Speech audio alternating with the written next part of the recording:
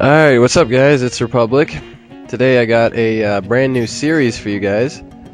It's basically a Deadlocked how-to series, you know, how to use the various weapons on Deadlock and how to play different game modes. I'm going to do that eventually. So, the reason I'm doing this is because usually when I go on Deadlocked, or even sometimes on YouTube messages, things like that, people will ask me, you know, how do you snipe, how do you do this, how do you do that, and it's kind of hard to give sort of individual tutorials to people. So what I'm going to do instead is I'm going to make a series of videos and tell you guys how I do it. So here with me I got Wrench King, who's on Worm right there. Say hi, Wrench King. Hey everybody, what's up? Okay, so the first episode, which is this one, I'm going to be talking about the fusion rifle. The sniper rifle. So, I guess first of all I'm going to talk about what it's good for and its strengths and weaknesses. So basically the fusion rifle is a long-range weapon, much like any other sniper rifle. It's good for long range. You ideally want to be far away from the other player when you use it. Or at least when you're trying to use it primarily, as opposed to, you know, like another weapon. So the fusion rifle does about 75% damage when it's a V1, and when you get an upgraded fusion rifle or V2, it takes away 100% of the health. So if you could shoot me, yeah, so that's about how much damage one fusion rifle shot does. So before I talk about how to use the fusion rifle, what I'm going to talk about is the settings that I think you should use, or at least those settings that I use when I'm sniping.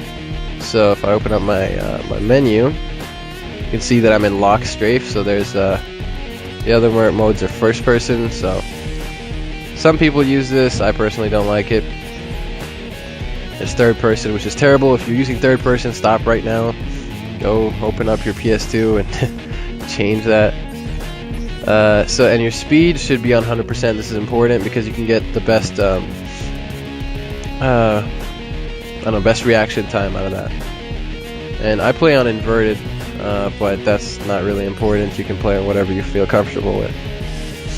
So the first thing is with a sniper rifle, you kind of imagine scoping. And while you can do this with the fusion rifle, this isn't really recommended because almost everything you can do with scoping, you can do better with hip sniping, which is firing from the hip. So scoping is basically good for long range in certain situations. Like I think I'm gonna shoot you, Wrench King, right now. Okay, let's see. So yeah, you can grab health if you want. So that's basically what scoping is good for. Very extreme long range. You know, if you feel like you can't hit that shot from the hip, then you can go ahead and scope if you want, but it's not really recommended. So the main thing that the sniper rifle is used for in Deadlocked is hip sniping, and basically the way you do that is you stand still. Now I'm going to sort of do this extra slow so you guys can see what I'm doing, but you stand still, you make sure that your shot's lined up, and you shoot, and it goes straight every time you yeah, you can grab health again. It goes straight every time you shoot. It's important that you don't move, because if you shoot at while you're moving, you're gonna get something like this, where it doesn't really go where you're aiming. You can see it's sort of going up in the air, and I'm not really aiming there. That's what happens when you don't shoot. So the best way to do this is if you can sort of aim while you're moving, and then the instant you decide you want to shoot, you stop and then you shoot. And that's really the best way to do it. So something I should mention, because it's actually kind of controversial on this game, is what's called dotting or taping. So this is something that some players do, myself included. It's just sort of the way I learned how to snipe. And what you can do is you can put you can get like a marker and put a little dot on your screen where the sniper shoots, and it can sort of tell you where the sniper's supposed to shoot. Now some people do this and some people don't, and there are a lot of good snipers that do it, and there's a lot of good snipers that don't. So I'm not recommending either way.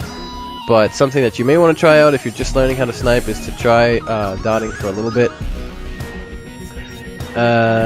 Just to see if it works for you, because for some people it works and for some people it doesn't. It's sort of I guess it's like you know, what you're used to, sort of thing.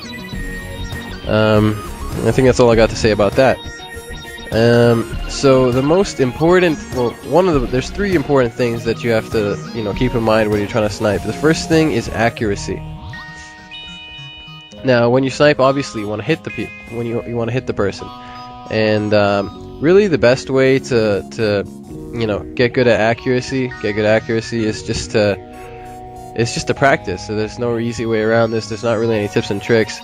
One way that I used to practice back when I was learning how to snipe is I'd just try to hit random things, like, you know, I'd try to hit the you know, one of these things, one of these swing shot orbs, or, you know, I'd just pick a spot on the wall and try to hit it.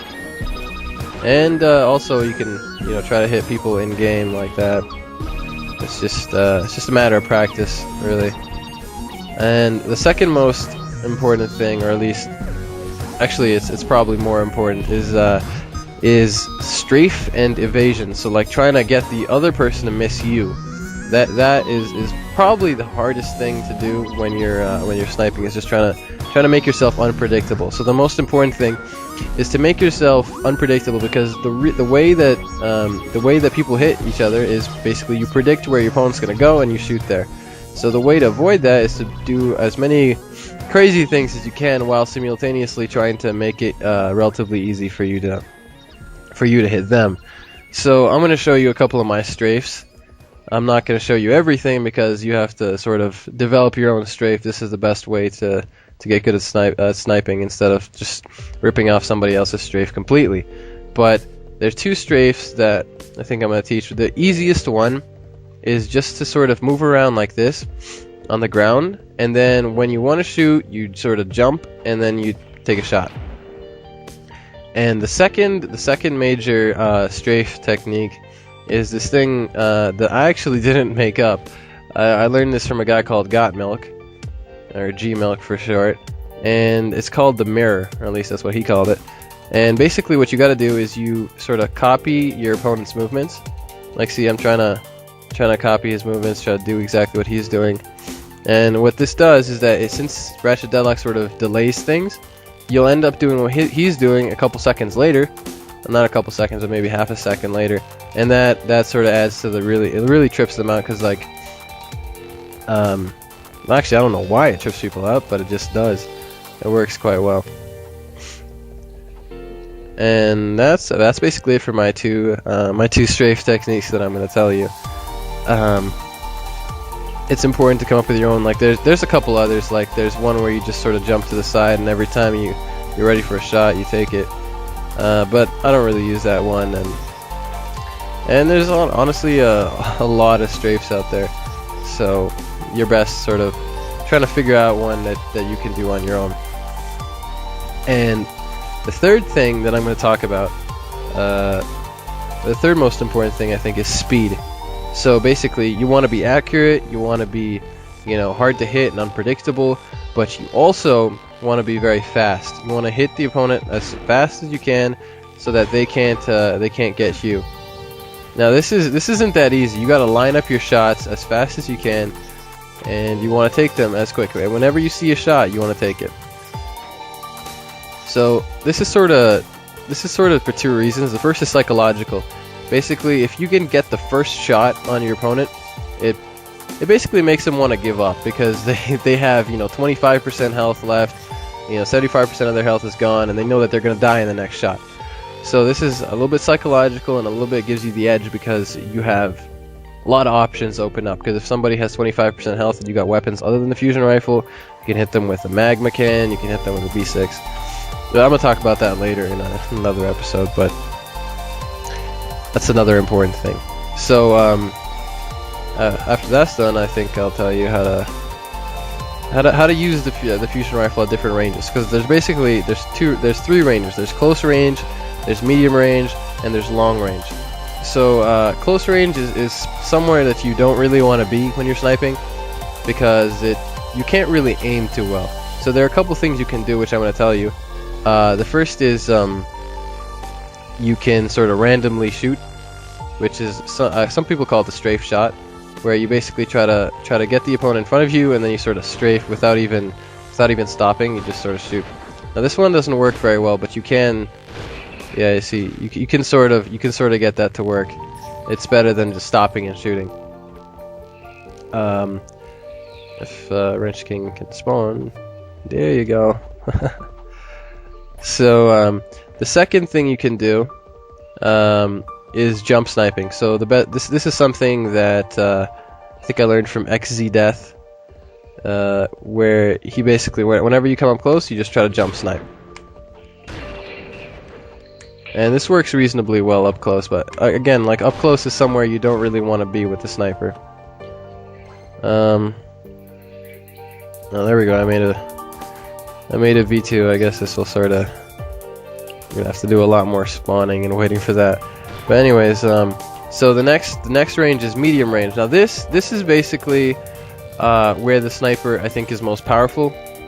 Like about this distance, where you can still see the opponent's name, and you're at a far enough distance where you don't have to do random shots to try to hit them. So at this distance, you can basically just use the sniper as you expect you would have to. There's nothing really too fancy about this. You just sort of aim, and you shoot, and you try to get the opponent, get your enemy. So I think that's all I have to say about medium range for sniping anyway. Now for long range, this is sort of tricky. If Wrench King, if you can sort of back off a bit. Yeah, so he's at a range where I can't see his name anymore. So what you got to do, there's two things you can do. The first, which is not really recommended, is you wrench, and then when you switch out for the sniper, you can see the name for like a split second. So this is it's bad for two reasons.